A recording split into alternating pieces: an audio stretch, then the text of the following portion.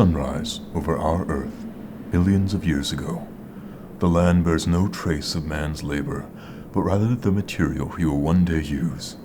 There lies a pebble of granite, an amalgamation of minerals, presenting differently by color, cleavage, and sheen. But it is the Feldspars, the pink mineral in this pebble, that will take particular significance. For under repeated exposure to acidic rain and groundwater, Feldspars become clay.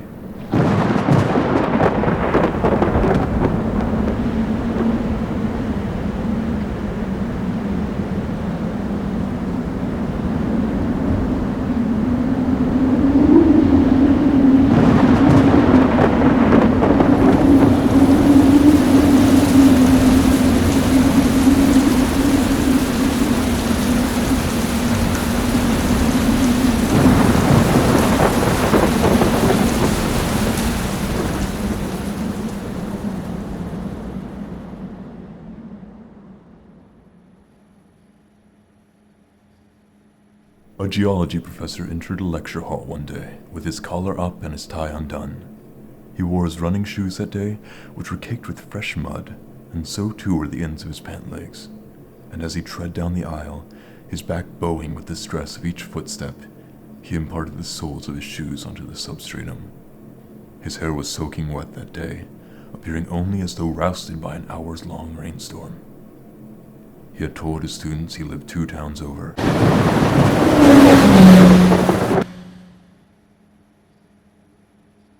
He reached the podium and put down his satchel, then gazed in the direction of his students. But his eyes were those of soldiers after battle, staring at nothing in particular, and his hair was dripping as he stood there staring, until he took a deep breath and began his lecture.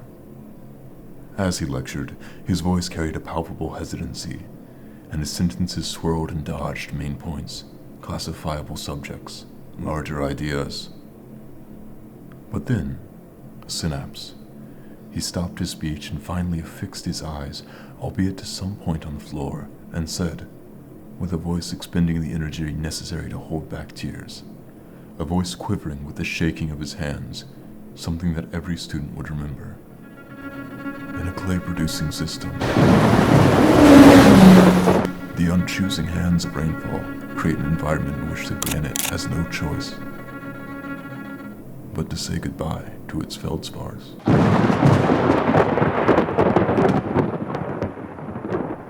The professor departed. The class lasted 6 minutes. And on that same day, just after class, one of his students decided not to do his homework, for he had dreamt of a monolithic form some nights earlier and experienced an impulse to recreate it in clay.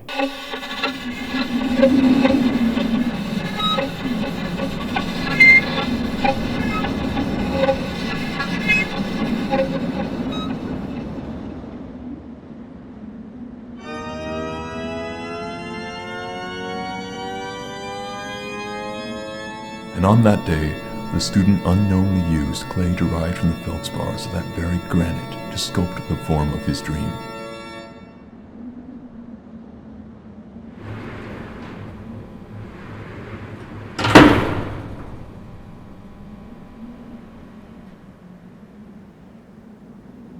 The nature of this very planet is cyclical. It's always been. Man's ceramics process is not an intervention of the natural cycle, but rather a stimulation of it.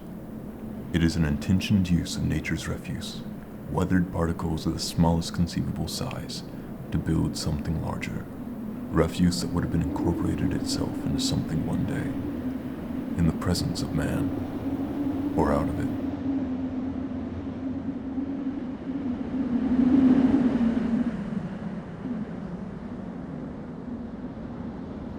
It is now nighttime, millions of years ago, and the pebble of granite lies unchanged. But we know its fate.